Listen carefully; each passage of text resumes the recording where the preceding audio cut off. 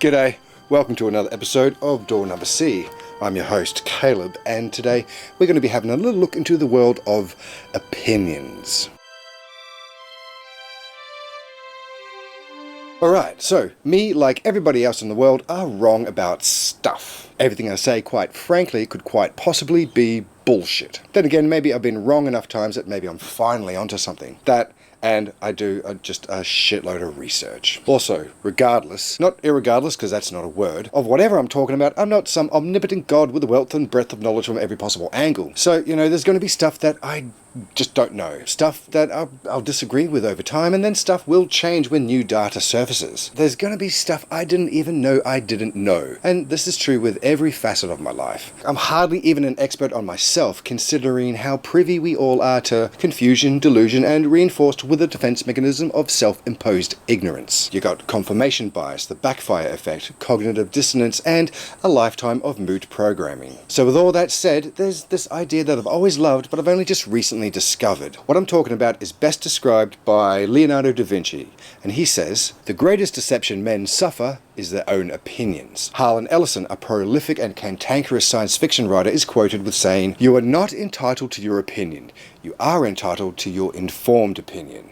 No one is entitled to be ignorant." A senior lecturer in philosophy at Deakin University, Patrick Stokes, students in his classroom are not entitled to your opinion. You are only entitled to what you can argue for. Telling people that they are not entitled to their opinions has never gotten a positive response, and I've put it out there a lot. People just get defensive, like it's an idea that challenges their identity, their worth, their entitlements, their rights to interact with the world. And every time, nobody ever asks me to clarify or define the parameters of opinion. Just resisted the entire notion. So, why? Here's one of my own theories. Gossip. Gossip helps to form our opinion of things, and our response to gossip usually entails some form of uninformed opinion. And having an opinion that elicits a strong reaction is built into us. And so look, most of us believe that we are entitled to our opinions and will fight to defend this belief. The scientific term for this is identity protective cognition. Having an identity predicated on a belief, it is impossibly hard to hear a contradiction to it. Even after being presented with hard facts and irrefutable data, the backfire effect kicks in, and people hold to the belief even harder. Thus, any useful discourse goes out the window, and people aren't learning anything that exists outside of their bubble. So, opinions, specifically online comment sections. Oh, fuck.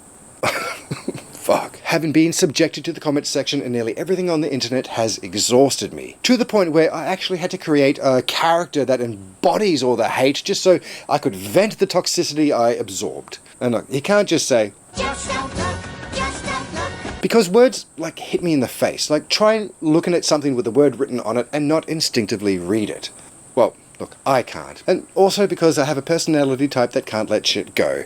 A brain injury that destroyed my filter of incoming and outgoing information. For me, the study of opinion and practice is much a way for me to create a filter on what information comes in and out and how to distinguish opinion from factual understanding. And I was just thinking about the theory that online alt-right echo chambers can lead to trouble. You got misinformation and propaganda, racism, misogyny, anti-feminism, Islamophobia, homophobia, transphobia, authoritarian, anti-intellectualism. This terrorist went on to shoot 6 people in a Canadian mosque. Most people criticize the echo chambers whenever extremism surfaces, for good reason, considering that hate crimes have gone up almost 600% in the last 10 years. But most people still stay within their comfort zones. Most people avoid conflict. It's just the minority on either end of the spectrum making all the fucking noise, or fucking idiots like me that just can't keep their mouths shut. And look, my other issue is that I'm curious about the world, all of it, even the stuff that I hate or that makes me feel uncomfortable. It's to better my understanding of things people have opinions on, to better understand the things that feed into or are resisted by our culture. And seeing the amount of online hate has just been impossible to ignore. Debates. Debates aren't about informing, enlightening, or educating. The winner is not the society that cherishes and enjoys truth, but about which side won. And with so many debates going on that have been demonstrated beyond a doubt to be true, climate change is happening. Vaccines don't give you autism. White nationalist fascism is bad. And when the fuck do people stop actually believing in scientists? Is there a date? Well, Yes, there is. Climate change skeptics began in November 1995, according to a report from the US Committee on Science. Anti-vaxxers, that's from 1998 with Wakefield's bullshit publication, although the Anti-Compulsory Vaccination League was formed in 1882. Anyway, when the stage for the debate is filled with ill-matched people whose positions range from expert to cynic, does my fucking head in. A climate science denialist shouldn't be given equal camera time to a world-renowned physicist. First of all, that the data has been corrupted, and we know that the 1930s were warmer than today. Yeah. Corrupted? What do you mean corrupted? Been manipulated By who? By NASA. By the NASA? yes. But hey, everyone's entitled to their opinion, right? Preferences. Alright, so if you have a preference to a specific genre or taste in food, if you have a type, well, good. That's not the category of opinion I'm talking about. See, these have degrees of subjectivity and uncertainty. There's no argument to these types of opinions. Now, back to your opinion. Opinion and the resulting discourse. No, I'm struggling right now. Okay, you've got these idiots going off saying shit like this. So what you're saying is that the reason you're not getting equal pay right now is because you're not making equal money for your league, and the best way for you to raise your pay would be for people to come and purchase tickets and memorabilia from your team, which suggests that this isn't about sexism at all. This is about you just complaining about sexism for publicity. But then you've got the Young Turks responding like this. The women's team contributed close or more than half of the USSF's revenue from games since fiscal year 2016. So I don't know, Ben. It appears that the facts don't care about your feelings, and the evidence indicates that the women's teams are actually bringing in more revenue than men's teams. So what are you going to do about that? Is that his real voice? Is he not ashamed to Is go he not on ashamed? television? I researched it, and those figures are accurate. So Shapiro is just straight up lying or misleading his followers. But Young Turks, your 13-minute time slot could have actually been used to look at the story in real detail, rather than just relishing the stumble of a political opponent that talks differently and focus on the one point that discredits him.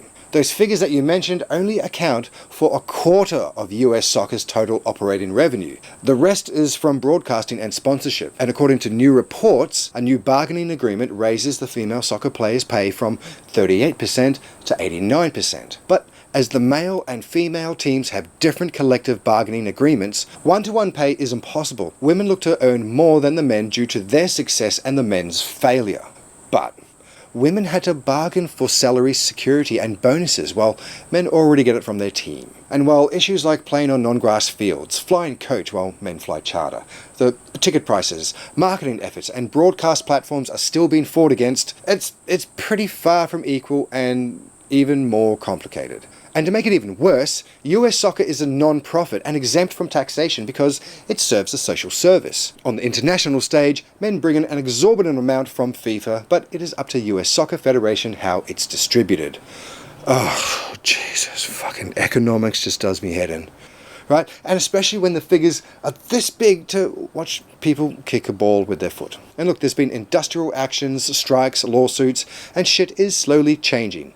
I'm reading stories about top female ice hockey players going on strike until they get just a livable wage. Plus there's like a million pieces of evidence to show a history of systemic sexism in just nearly every industry. So trust me, this whole argument is too large for an episode that's meant to be about opinions, and I'm too unqualified to make serious comment on it. Suffice it to say, as soon as you do a little bit of digging into the influencers' arguments, they fall short or miss the target altogether. Now, Shapiro and Young Turks, they both have big followings, and in this instance, both are just pandering to their base. You've got some fucking rock and roll conservative hero funded by a fracking tycoon spouting absolute fucking bullshit, and some smug political celebrity responding in full with only a little piece of the story, both missing out on the breadth and scope of the topic on hand and anything useful to take away other than abhorrence for the other side. The reality of the particulars that make up this issue was lost to both teams, and having to correct the pundits, then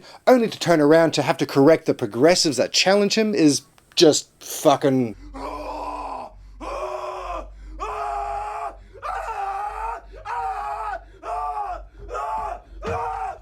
Jesus, you've got these fucks going off saying shit like, well, men earn more money because they work more hours. Is just talking shit, because in every country in the world, women work more hours once you factor in the hours of unpaid work that they do. Care for the ill, the elderly, the disabled, looking after the young, doing the shopping, the cleaning, the cooking, the volunteering. Right, the list goes on. It's the equivalent of taking a second part-time job with no benefits or pay, and then being told that if they want to earn more during their day job, they should act more like men.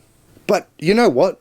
That this type of discourse does shape opinions of the disillusioned and the disenfranchised. Simple ideas and methodical speech has real power to incite change. We're the most highly environmentally adaptable creature on the planet, so how the fuck are we still struggling to adapt to social change? We look back in the past at how backwards and primitive our ancestors were, right? With their strange religious and medical practices, their ceremonies and rituals, their weird beliefs and understandings. And in 1,000 years, how do you reckon that we're going to be judged? Probably as fucking lazy. We got the internet, and that shit's amazing. And yet, doing a quick fact check is beyond the scope of most that are on it. Like, taking a few seconds to learn something the generation before us would have spent hours doing is apparently a too big a ask these days. Right, and the thing that annoys me the most is that none of what I'm saying even applies to a huge portion of the world living under an authoritarian regime. People wondering if the government stormtroopers are going to take them away in the middle of the night, if a rebel army is going to sweep through their town, if showing any indication of wavering patriotism could have you killed, if they are even going to be able to feed their children. Like actual bad shit happening, well, I'm fucking just whinging about Facebook and Twitter.